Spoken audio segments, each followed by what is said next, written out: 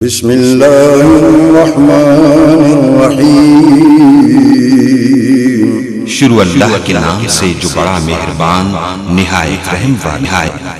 اب آپ کے سامنے آخری خطاب خطیب پاکستان للکار علامہ شہید ملت کا پوتا علامہ اذہان الہی ظہیر کا پوتا حافظ ابتسام الہی ظہیر کا سب زیادہ خطیب ملت خطیب پاکستان میری مراد قاری علامہ قیم الہی ظہیر صاحب آئے آپ کے سامنے خطابات فرماتے ہیں۔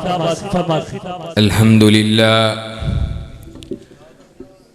للہ نحمده ونستعینه ونستغفره ونعوذ باللہ من شرور انفسنا ومن سیئات اعمالنا من يهده الله فلا مضل له ومن يضلله فلا هادي له وأشهد أن لا إله إلا الله وحده لا شريك له وأشهد أن محمدًا عبده ورسوله صلوات ربي وسلام عليه أما بعد فإن خير الحديث كتاب الله وخير الهدي هدي محمد صلى الله عليه وسلم وشر الأمور محدثاتها وكل محدثة بدعة وكل بدعة ضلالة وكل ضلالة في النار. قال الله عز وجل في كلام المجيد والفرقان الحميد فلا وربك لا يؤمنون حتى يحكموك فيما شجر بينهم ثم لا يجدوا في أنفسهم حرجا مما قضيت ويسلموا تسليما. حضرات، قبل اس کے کہ چند باتیں اپنے موضوع کے حوالہ سے آپ احباب کے گوش گزار کروں، ایک وضاحت ضروری ہے کہ میں علامہ نہیں ہوں، دین کا ادنا سا خادم ہوں۔ اللہ رب العزت انشراح صدر عطا فرمائے اور دین کے علم اس کے حصول کے لیے مجھ گناہگار کو کوشش کرنے کی، اور پھر اللہ اپنے فضل کے ساتھ اس علم کو میرے سینے میں جمع فرما دے۔ نبی مکرم جناب محمد الرسول اللہ صلی اللہ علیہ وسلم،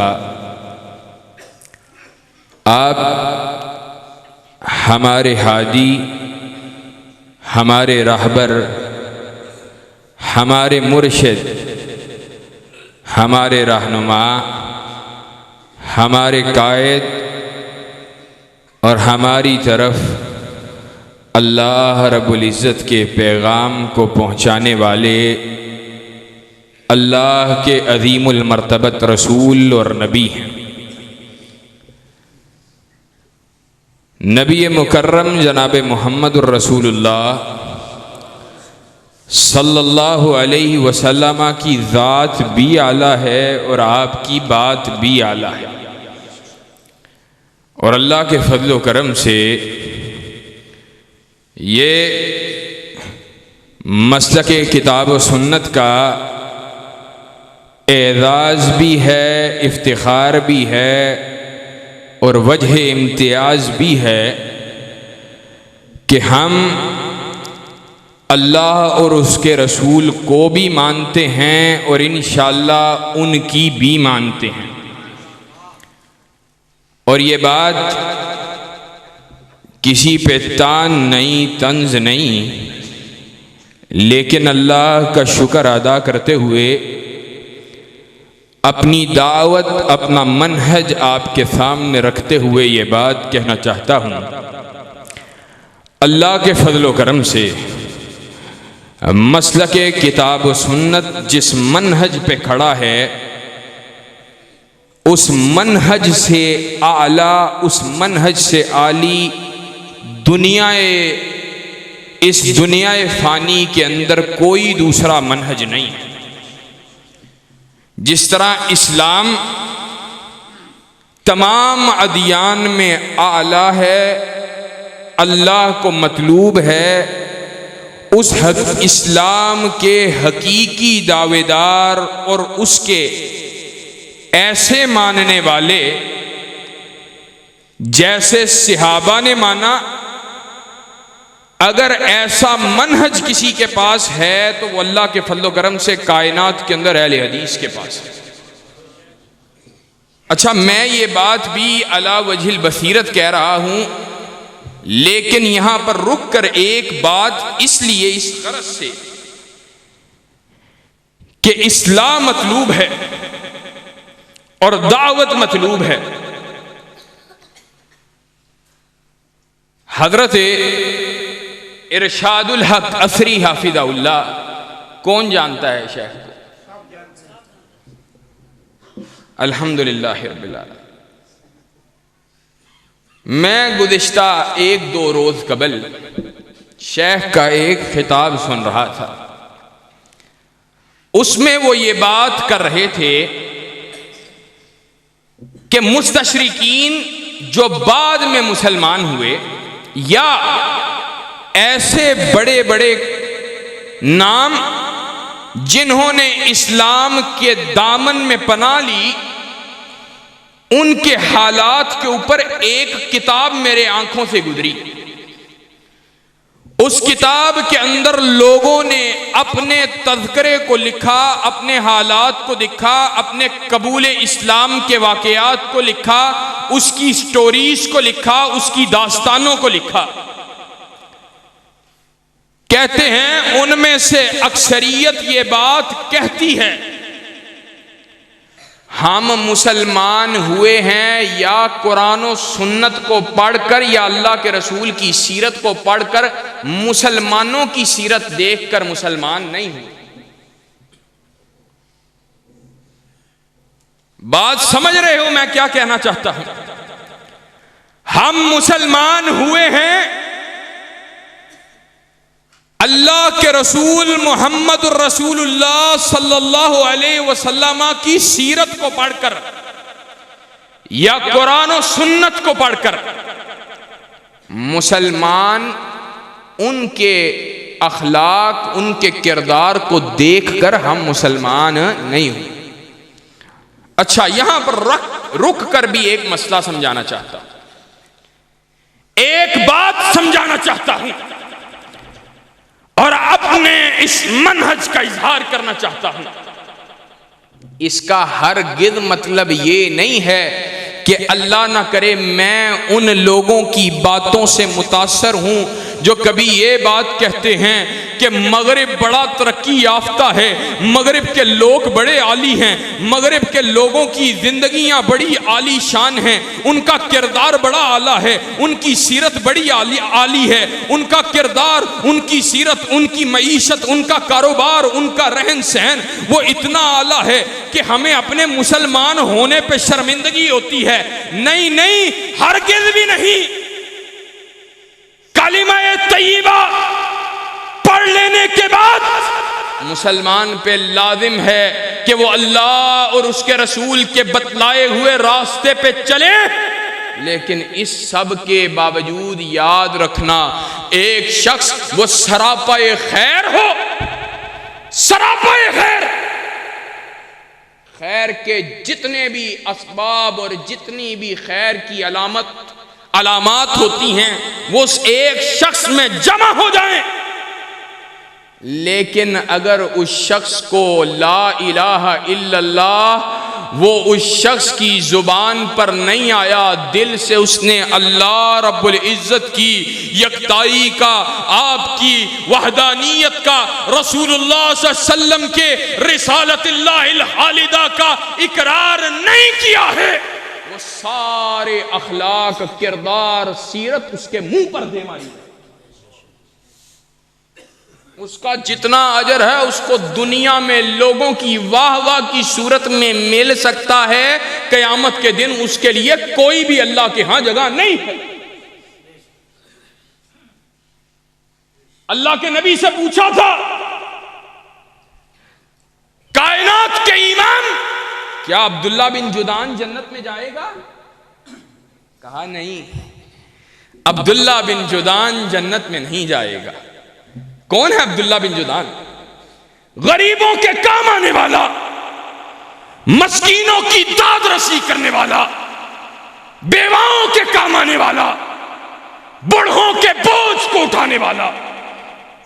لیکن عبداللہ بن جدعان جنت میں نہیں جائے گا کیونکہ اس نے یہ اعمال اس لیے نہیں کیے تھے کہ اللہ ان کو قبول کر کے اس کو جنات کا حقدار ٹھہرا دے۔ اور ایک مومن و مسلمان عقیدہ درست ہے، توحید کی فہم درست ہے، دین و شریعت کا فہم اس اعتبار سے کہ اللہ اکیلا ہے، اللہ یگانہ ہے، اللہ کی توحید کے اوپر کامل ایمان ہے۔ کمزوریاں، نقائص دین و شریعت کے فہم کی کمزوری کی علامت ضرور ہیں، لیکن تمام گناہوں اور نقائص کے باوجود وہ کافر کے برابر نہیں ہو سکتا ہے۔ مسلمان ہونا، لا الہ الا اللہ پڑھنا، وہ اس کو ہر اعتبار سے کافر سے اعلیٰ کر دیتا ہے، اس سے بلند کر دیتا ہے۔ یہ تو ایک مسئلہ رکھ کے سمجھایا ہے، لیکن جس بات کی طرف لے جانا چاہتا تھا،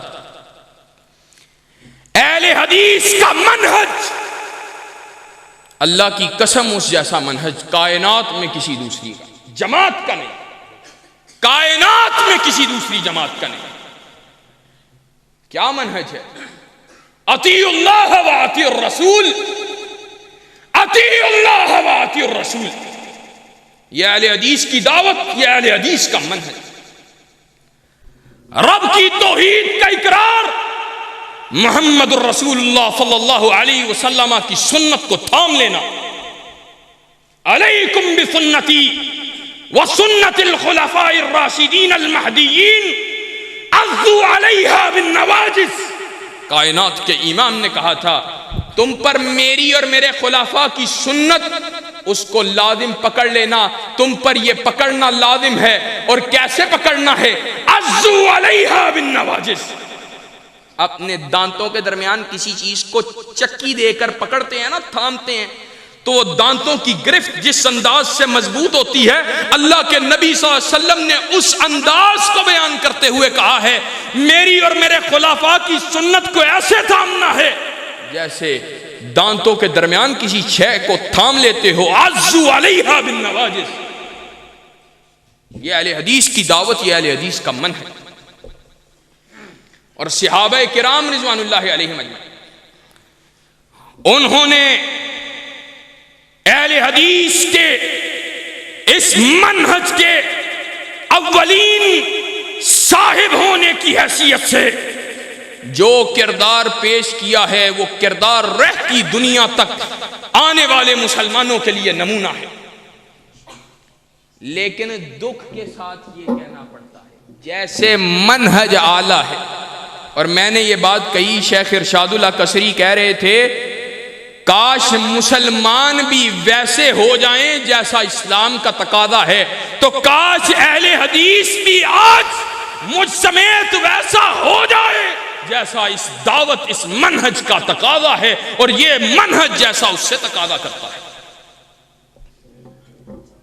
داڑیاں ہم کاٹنے والے، ٹخنے سے نیچے شلواریں ہم رگیدنے والے،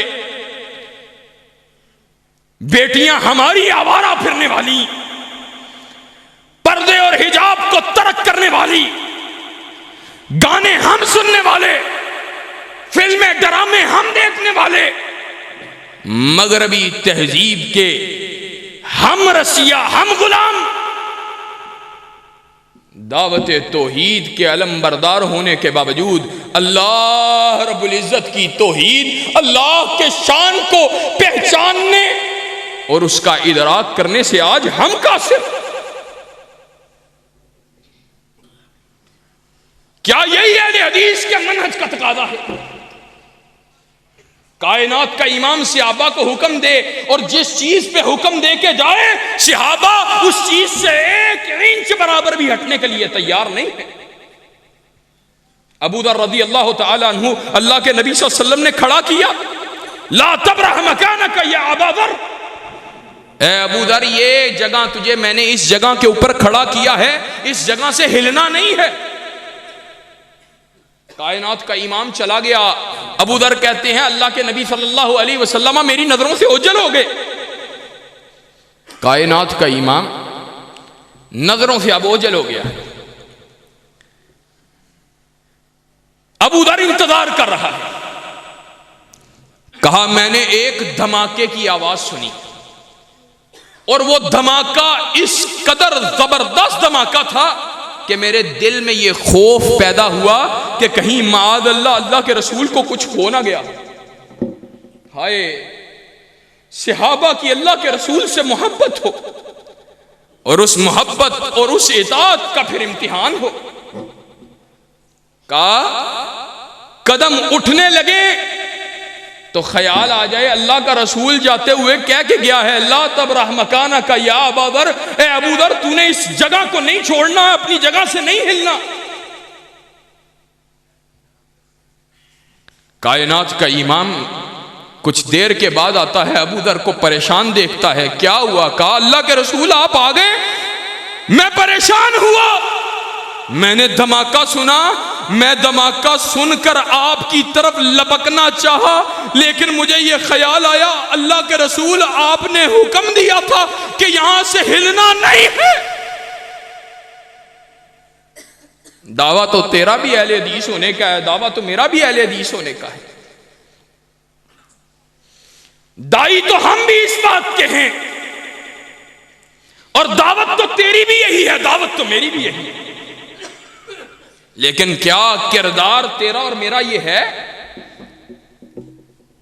عبداللہ رضی اللہ تعالی عنہ، ہائے اللہ کے نبی صلی اللہ علیہ وسلم آپ کا یہ دیوانہ ہے، پروانہ ہے، ایک خواب دیکھا، خواب طویل ہے، لمبی بحث ہے، جو موضوع کے حوالے سے بات کرنے لگا ہوں آپ کے سامنے۔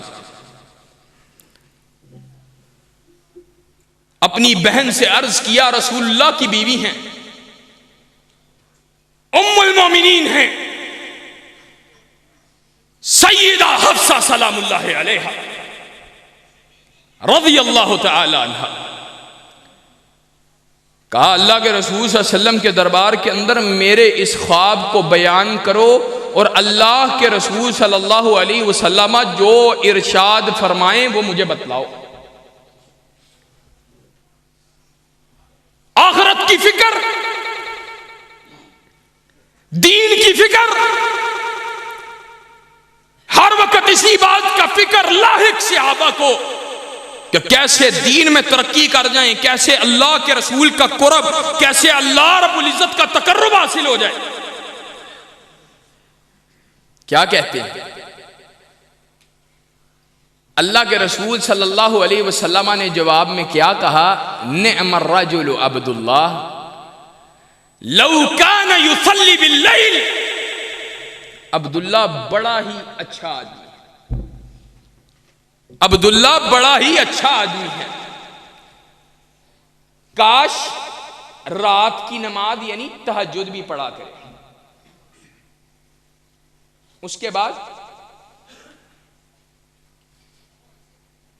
عبداللہ رضی اللہ تعالی عنہ کے حوالے سے سالم بیان کرتے ہیں، نافع بیان کرتے ہیں، کیا دیکھا؟ لا ینام من اللیل الا قلیل، وہ دن گیا پھر قیامت سے مراد پھر موت کے دن تک لا ینام من اللیل الا قلیل، اس کے بعد عبداللہ ساری رات سوتا ہی نہیں ہے مگر بہت تھوڑی، ساری رات تہجد پڑھتا رہتا۔ یہ ان کا طرز عمل ہے، اور یہی عبداللہ رضی اللہ تعالی عنہ۔ اللہ کے نبی صلی اللہ علیہ وسلم نے خواہش کا اظہار کیا، لو ترکنا هذا الباب للنساء، میرا دل چاہتا ہے مسجد نبوی کا یہ ایک دروازہ خواتین کے لیے خاص کر دیا جائے، میرا دل چاہتا ہے، لیکن اللہ کے رسول نے مومنوں کے لیے مشقت ہوگی اس وجہ سے، اس سبب سے یہ حکم ارشاد نہ فرمایا۔ کہا عبداللہ بن عمر کو معلوم ہوا کہ رسول کی چاہت یہ ہے صلی اللہ علیہ وسلم، پھر موت تک عبداللہ اس دروازے سے کبھی داخل نہیں ہوا۔ ہمارے میں بھی یہ طلب موجود ہے، اور آج دکھ ہوتا ہے اہل حدیثو، اللہ کا حکم ہو، رسول اللہ کا حکم ہو، صحابی کا طرز عمل رسول اللہ کے حکم کے باب میں نہیں بتلا رہا، یہ تو صرف خواہش کا باب ہے، حکم بھی ارشاد نہیں فرمایا۔ اللہ اور اس کے رسول کا حکم ہو، اس کو چھوڑ کر غیر کے حکموں کی طرف بلانے والے ہوں، ہم ان کے زندہ باد کے نعرے لگاتے پھریں۔ اہل حدیثوں بتلاؤ، تمہارا اہل حدیث ہونا تمہیں کافی ہو جائے گا۔ آج کائنات کا امام صلی اللہ علیہ وسلم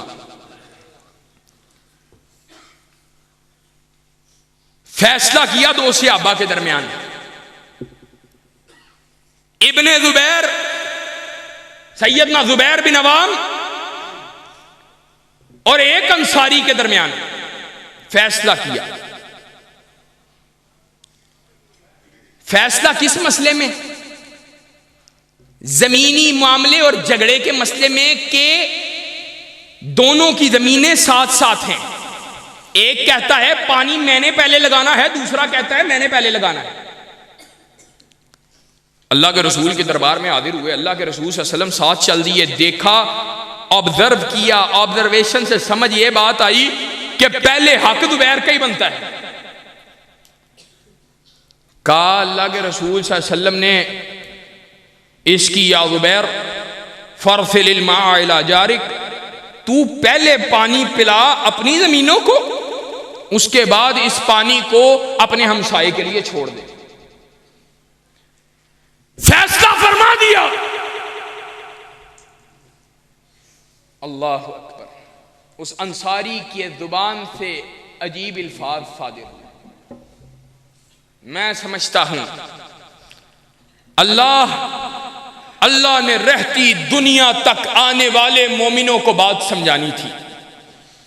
اس نے کیا کہا اللہ کے رسول آپ نے فیصلہ زبیر کے حق میں اس لیے دیا ہے کہ یہ آپ کی پھپھی کا بیٹا ہے، یعنی دل کے اندر تنگی محسوس کی فیصلہ ماننے سے۔ کائنات کے رب نے قرآن نازل کیا، فلا وربک لا یؤمنون حتی یحکموک فیما شجر بینہم ثم لا یجدوا فی انفسہم خرجا مما قضیت وَيُسَلِّمُوا تَسْلِيمًا۔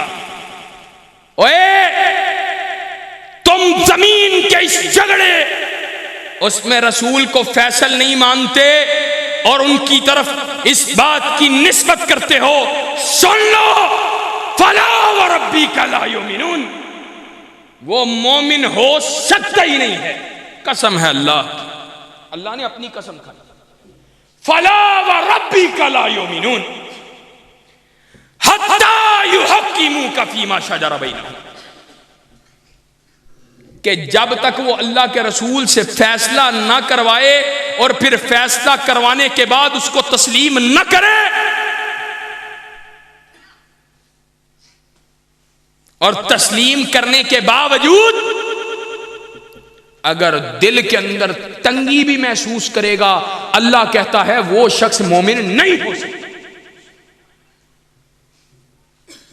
ہم مومن و مسلمان ہیں، آج دین شریعت پہ حملے ہوتے ہیں۔ یہ 27ویں ترمیم جو آئی ہے، اس میں ابدی استثناء جو کائنات کے امام کی بیٹی سیدہ فاطمہ کو تو حاصل نہ ہو کہ کائنات کا امام کہے اگر محمد الرسول اللہ صلی اللہ علیہ وسلم کی بیٹی لو ان فاطمہ بنت محمد ترکت لقطعت یدہا، تو محمد الرسول اللہ صلی اللہ علیہ وسلم اس بیٹی کے ہاتھ کو بھی کاٹ دے اگر وہ چوری کرے۔ اور جناب عمر وہ منبر پر موجود ہوں اور مجمع میں سے اٹھنے والا اٹھ کر یہ کہے، عمر چادر ہمیں بھی ملی تھی، چادر تجھے بھی ملی تھی، ہماری چادر سے قمیض نہیں سلی ہے، عمر تیری چادر سے قمیض کیسے سل گئی؟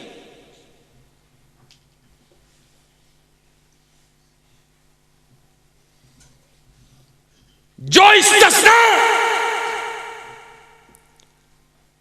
سیدۃ النساء اہل الجنہ فاطمہ کو نہ حاصل ہو، اور جو استثناء جناب عمر کو نہ حاصل ہو وہ ہمارے زرداری صاحب کو حاصل ہونا چاہیے۔ کیوں؟ کیونکہ وہ امیر المومنین ہیں، اور امیر المومنین ہی نہیں، شاید امیر المعصومین بھی ہیں۔ انا للہ و انا الیہ راجعون۔ اور آج میں تمہیں دستک دینا چاہتا ہوں جس بات پر، یہ منہج اکیلا جنت میں جانے کی ضمانت نہیں بن سکتا،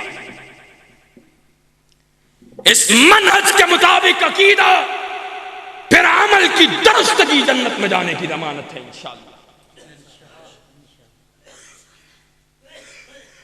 بل پاس ہوا ہے، 18 سال سے پہلے شادی نہیں ہو سکتی ہے۔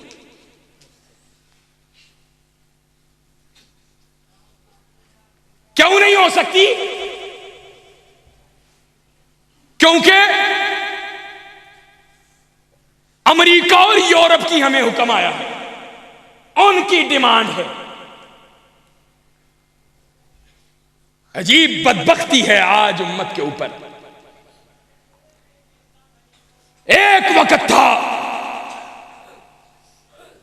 امت یا رب کا قرآن دیکھتی تھی یا محمد الرسول اللہ کا فرمان دیکھتی تھی صلی اللہ علیہ وسلم، اور آج دیکھتے ہیں ڈونلڈ ٹرمپ کے ماتھے پہ شکن نہ پڑ جائے، IMF سے قرضے نہ بند ہو جائیں،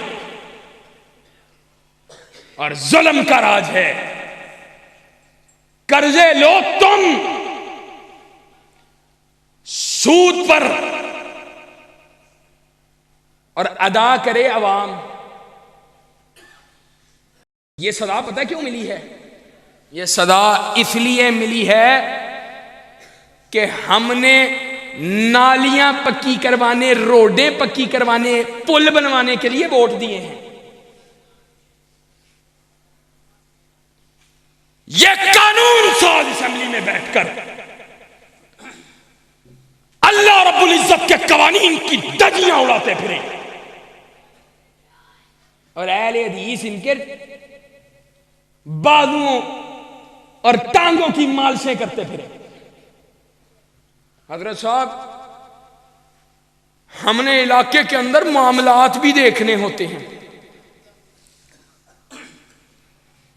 ہمارے مسائل بھی ہوتے ہیں. لو پھر مسائل کا حل ہو گیا ہے، 70 سے زیادہ سال بیت چکے ہیں، مسائل کا حل تمہارے سامنے ہے. میں یہ بات علی وجہ البصیرہ کہتا ہوں، یہ قرآن جس رب نے نازل کیا ہے اس سے بہتر کسی کو معلوم نہیں ہے. جس نے مجھے بنایا ہے اس رب سے بہتر کسی کو معلوم نہیں ہے کہ میری بہتری کس چیز کے اندر ہے. اس نے میری بہتری کے لیے یہ قرآن نازل کیا ہے، یہ قرآن اس نے میری بہتری کے لیے نازل کیا ہے. افا حکم الجاہلیت یبغون ومن احسن من اللہ حکما لقوم یوقنون. لوگ جاہلیت کے نظاموں کی دعوت دے رہے ہیں، اور احسان الہی ظہیر کا بیٹا افا حکم الجاہلیت یبغون ومن احسن من اللہ حکما لقوم یوقنون. اللہ رب العزت کے قانون اور اس کے عطا کردہ نظام کی دعوت دے رہا ہے.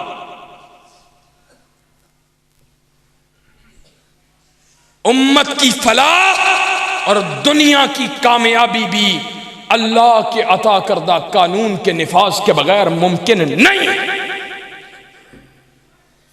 ذلت و رسوائی تو مقدر بن سکتی ہے، اللہ رب العزت کی شریعت کی تنفیذ کے بغیر دنیا میں عزت اور عروج مل سکتا؟ ضربت علیہم الذلہ والمسکنہ وباؤوا بغضب من اللہ ذلک بانہم کانوا یکفرون بآیات اللہ. اللہ نے یہود کی ذلت کی وجہ بیان کی ہے. ذلت کی وجہ کیا بیان کی ہے؟ ضربت علیہم الذلۃ والمسکنہ، ذلت مسکنت، وباؤوا بغضب من اللہ، اور اللہ کا غضب. ذالک بانہم کانوا یکفرون بآیات اللہ، یہ سب اس لیے کہ وہ اللہ کی آیات کا انکار کرنے والے تھے. اور جو کہے کہ ٹھیک ہے مولوی صاحب اگر 18 سال پہ پابندی لگا دی ہے حکمرانوں نے کہ 18 سال سے اوپر شادی ہو سکتی ہے، نیچے حرام ہے، تو کیا مسئلہ ہے؟ تو یہ ذالک بانہم کانوا یکفرون بآیات اللہ کا حقدار نہیں ہے؟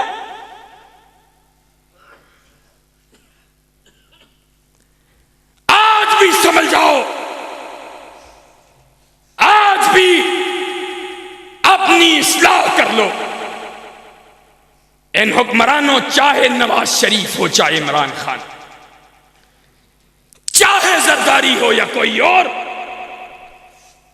یہ سیکولرزم کے ہم نوا اور اسلام کے تشخص کو ختم کرنا چاہتے ہیں. اور پاکستان میں اسلامی جمہوریہ جو موجود ہے، نام کا رہ گیا ہے، اس کو بھی اس سے ہٹانے کے در پر ہے. اپنے انگریز آقاؤں کو خوش کرنے والے، واسطہ دے کے کہتا ہوں ان سے جان چھڑا لو، ان سے ہٹ جاؤ، ان سے پھر جاؤ، اور اللہ کے دین کے غلبے کے لیے، کتاب و سنت کی بالادستی کے لیے، اللہ کے احکامات کی تنفیذ کے لیے، حکم بما انزل اللہ کے نفاذ کے لیے رائے عامہ کو ہموار کرو. کتاب و سنت کی بالادستی کے لیے میدان عمل کا رخ کرو.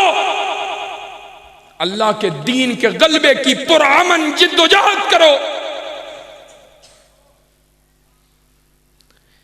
یاد رکھو یہ دین غالب ہو کے رہنا ہے. جس نے اس کے غلبے کو عزت سے قبول کیا اللہ اس کو عزت عطا کر دے گا، اور جو اس کے غلبے کے رستے میں رکاوٹ بنا وہ ذلیل و رسوا ہو جائے. اور ہم نے ذلیل و رسوا ہوتے ہوئے دیکھا ہے. جن کو اپنے مکوں پہ بڑا ناز تھا وہ بستروں پہ ایڑیاں رگڑتے رگڑتے دنیا سے چلے گئے، آج کوئی ان کے نام لیوا بھی باقی نہیں۔ احمد بن حنبل کے نام لیوا دنیا میں موجود ہیں کہ نہیں؟ ہیں کہ نہیں؟ وہ ہیں کہ نہیں؟ احمد بن حنبل رحمہ اللہ کو مارنے والا جلاد کہتا ہے ضربت احمد بن حنبل 80 جلدۃ لو ضربت فیلا لہدمتہ، میں نے احمد بن حنبل کو، جلاد کہہ رہا ہے، میں نے احمد بن حنبل کو ایسے 80 کوڑے مارے کہ اگر ایسے کوڑے ہاتھی کو مارے ہوتے وہ بھی زمین میں ریزہ ریزہ ہو کر گر جاتا، لیکن احمد بن حنبل وہ استقامت کی چٹان بن کر، عقیدہ اور سنت کا پہرے دار بن کر دین کے اوپر ڈٹ کے کھڑا رہا، وہ نہ بکا نہ جھکا، آج بھی زندہ ہے۔ احمد بن حنبل تو بڑا آدمی تھا، احسان الہی ظہیر آج زندہ ہے کہ نہیں؟ ہے کہ نہیں ہے؟ مارنے والے مٹ گئے، مٹے نامیوں کے نشان کیسے کیسے، آج کوئی جاننے والا بھی موجود نہیں۔ اور انشاءاللہ ثم انشاءاللہ اس ملک کا مقدر کتاب و سنت بن کے رہے گا، اس ملک کا مقدر کتاب و سنت بن کے رہے گا، اس ملک کا مقدر کتاب و سنت بن کے رہے گا انشاءاللہ۔ شب گریزاں ہوگی آخر جلوہ خورشید سے، یہ چمن معمور ہوگا نغمہ توحید سے، وآخر دعوانا ان الحمدللہ رب العالمین۔ اللهم صل على محمد وعلى آل محمد كما صليت على إبراهيم وعلى آل إبراهيم إنك حميد مجيد رب ارحمهما كما ربياني صغيرا۔ میرے مولا کریم جتنے بیمار نے سب نو شفا کاملہ عاجلہ عطا فرما دے۔ اللہ سونیا گھراں دے اندر ہاسپٹلاں دے اندر تیرے بندے بندیاں جتنے بیمار نے اللہ سونیا کن کہہ کے مکمل شفا کاملہ عاجلہ عطا فرما دے۔ اللہ سونیا اس مجلس دے اندر بزرگ نوجوان آئے نے، ماما بہنا آئیاں نے، اللہ جتنے بیمار نے اللہ دعائیاں بہانا اللہ اپنی رحمت دے نال کن کہہ کے مکمل شفا کاملہ عاجلہ عطا فرما دے۔ میرے مالکا جنہ دے والدین دوست احباب محلے والے اس کائنات دے اندروں چلے گئے نے، اللہ انہاں دی مغفرت فرما دے۔ میرے مولا کریم ربا سونیا کسے دا ماں باپ چلا گیا ہے، اللہ معاف فرما کر کے جنت الفردوس دا حقدار بنا دے۔ ربا سونیا بڑے گناہگاراں بڑے سیاکاراں اللہ تیری رحمت دے طلبگاراں میرے مالکا شہنشاہ اللہ جن نے اج تیرا قرآن سنائے نے، تیرے نبی پاک دا فرمان سنائے نے، اللہ تیرے سامنے التجا کر دے پیا میرے مالکا سارے آدھے صغیرہ کبیرہ گناہ معاف فرما دے۔ میرے مالکا اللہ سونیا تو دلان دے راز جاننا ہے، اللہ تو جاننا ہے کی گلے کہ اللہ تیرے دربار چ دلی مراداں لے کر کے آئیاں نے، اللہ سونیا سب دیاں دلی مراداں پوریاں فرما دے۔ اللہ سونیا ربا کائنات ربا اللہ جنہ اج دی اس محفل واسطے کاوش کی تھی محنت کی تھی وقت نکالیا میرے مالکہ جتنے بھی خان برادران اللہ جنہ نے اج اس مجلس دا اہتمام کیتا میرے مالکہ انہاں دی عمر دے اندر برکتاں عطا فرما دے۔ اللہ سونیا دی رات دا ٹائم اللہ او وقت آیا اللہ جد تو پہلے آسمان تے آ جانا ہے، اللہ سونیا تیرے بندے تیرے فقیر چٹیاں داڑیاں والے بیٹھے ہی اللہ تو خود حیا کرنا ہے، اللہ بچے نوجوان بیٹھے نے، اللہ ماواں بہنا آیا نے، اللہ سونیا سب دے صغیرہ کبیرہ گناہ معاف فرما دے۔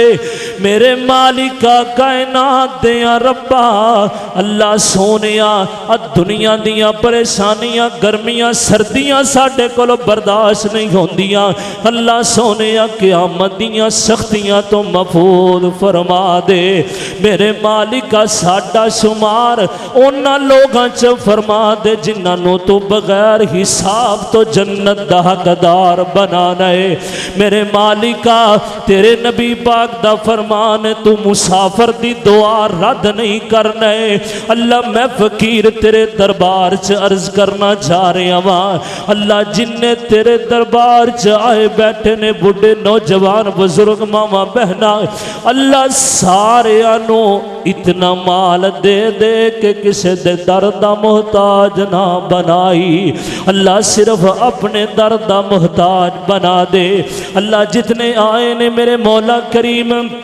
اللہ سب دانا دا اپنے دربار جو قبول و منظور فرما لے اللہ سونیا بڑے بڑے قائد چلے گئے اللہ بڑے بڑے کابر چلے گئے چلے اللہ جتنے علماء کرام اس دنیا فانی تو رخصت ہو گئے نے میرے مالکہ سب دی مغفرت فرما کے جنت الفردوس دا حقدار بنا دے اللہ ساڈا ایتھے مل بیٹھنا تیرے قرآن تیرا قرآن سننا تیرے نبی پاک دا فرمان سننا اپنے دربار چ قبول کر کے ساڈے واسطے نجات دا سبب بنا دے میرے مالکہ سانو منگن دا ول نہیں آندا اللہ تینو عطا کرن دا ول آندا اللہ جنہ کول اولاد نہیں نیک سالے اولاد عطا فرما دے اللہ جنہ نو اولاد دیتی ہو والدین دا فرما بردار بنا دے اللہ اب اپنا کام چھڑ کے ادھی رات تیرے دربار چ بیٹھے اللہ انہاں دا آنا بھی اپنے دربار چ قبول و منظور فرما لے